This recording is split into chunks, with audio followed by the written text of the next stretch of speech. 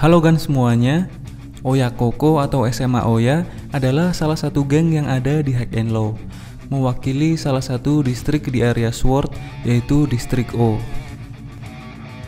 Yang unik dari Oya Koko ini, mereka pada dasarnya memang sebuah sekolahan yang di dalamnya terdiri dari murid-murid berandalan yang kuat. Walaupun anggotanya terhitung masih muda dibandingkan dengan anggota Sword lainnya, Oya Koko tetap menjadi salah satu kekuatan yang diperhitungkan di wilayah Sword dan sudah terbukti dapat melindungi kota, khususnya di distrik O. Oke, jadi apa ajakah fakta-fakta yang ada di dalam Oya Koko? Langsung aja kita bahas fun fact Oya Koko. Yang pertama, sekolah terkuat di kota Chiku. Jika di kota Towarushi ada nama besar sekolah Suzuran sebagai sekolah terkuat di kotanya, maka di kota Chiku ada juga sekolah yang terkuat, yaitu Oya Koko. Meskipun sejauh film Hack and Law sepertinya hanya pernah menampilkan sekolah dari SMA Oya yang di atas angin belum memiliki pesaing di dalam kota, tapi nggak menutup kemungkinan kedepannya bakal dimunculkan pesaing-pesaing dari sekolah lain yang juga punya kekuatan yang dapat diperhitungkan.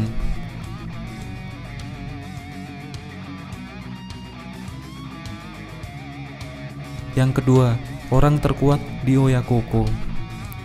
Dalam sebuah kelompok pasti membutuhkan seorang leader, dan biasanya adalah orang yang memiliki power yang paling besar. Murayama adalah orang terkuat dan pertama yang bisa memimpin sekaligus menyatukan SMA Oya. Hal ini dibuktikan dengan cara menjalani sebuah tantangan, yaitu menerima 100 pukulan dari para murid Oya Koko. Dia bahkan dapat melawan balik dan menghajar para penyerangnya setelah mendapatkan 100 pukulan.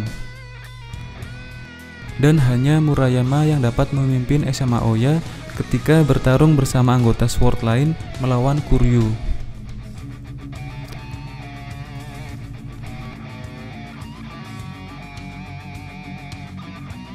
Fakta yang ketiga, lagu kebangsaan Oya Koko.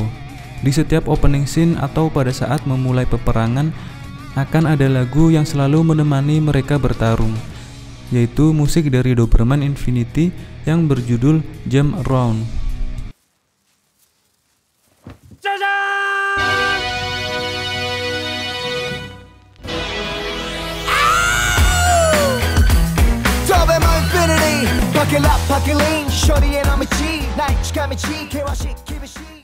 Lagu ini udah melekat banget sama Oya Koko, khususnya di masa-masa kejayaan Murayama. Akan tetapi di movie Hack and Law The Worst, mereka punya tambahan lagu, khususnya ketika Fujio dan kawan-kawan bertarung, yaitu lagu dari The Rampage yang berjudul Swag and Pride.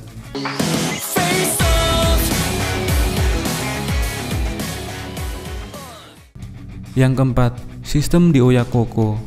Di dalam SMA Oya ada dua pembagian sistem, yaitu murid yang berstatus penuh waktu dan ada juga murid yang berstatus paruh waktu.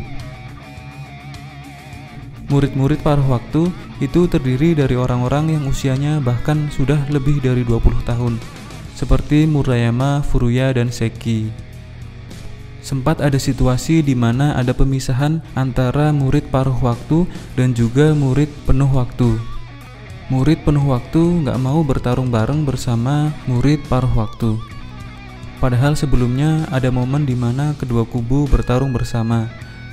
Seperti di movie Hack and Law pertama, saat Murayama dan Todoroki serta yang lain sama-sama bertarung melawan Mighty Warriors.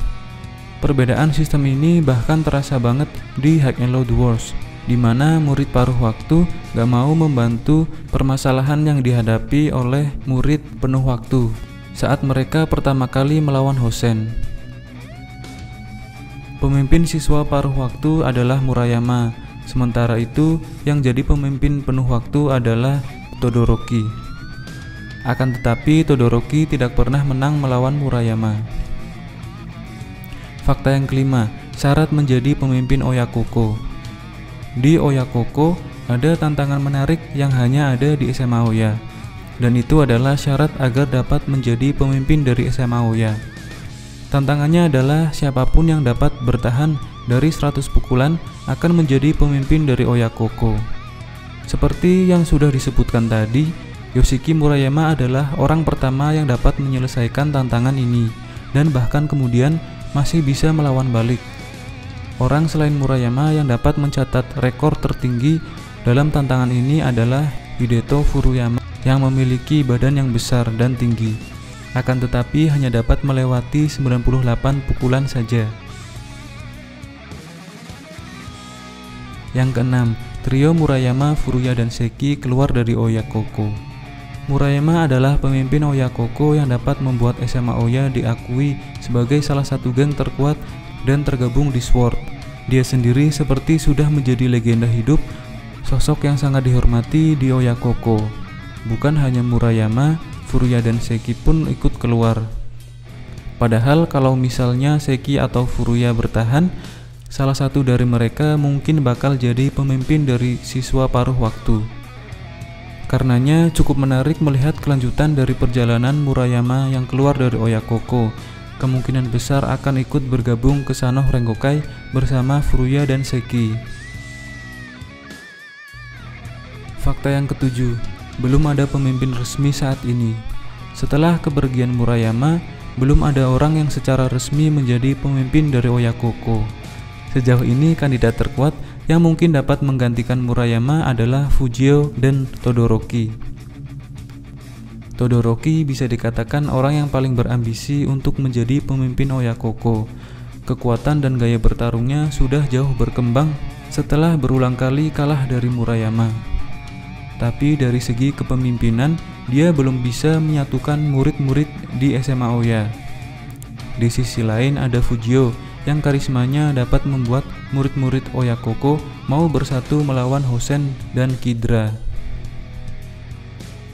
Tapi dari segi kekuatan individu masih dipertanyakan. Mereka berdua juga belum ada yang dapat menyelesaikan tantangan 100 pukulan. Jadi kita tunggu aja siapa yang bakal jadi leader SMA Oya di film-film berikutnya. Oke, jadi itu dia beberapa fakta-fakta unik tentang Oyakoko. Mohon maaf kalau ada salah-salah kata.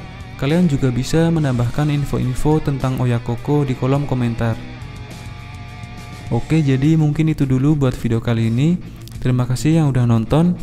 Jangan lupa subscribe dan like kalau kalian suka. Sampai jumpa di video berikutnya.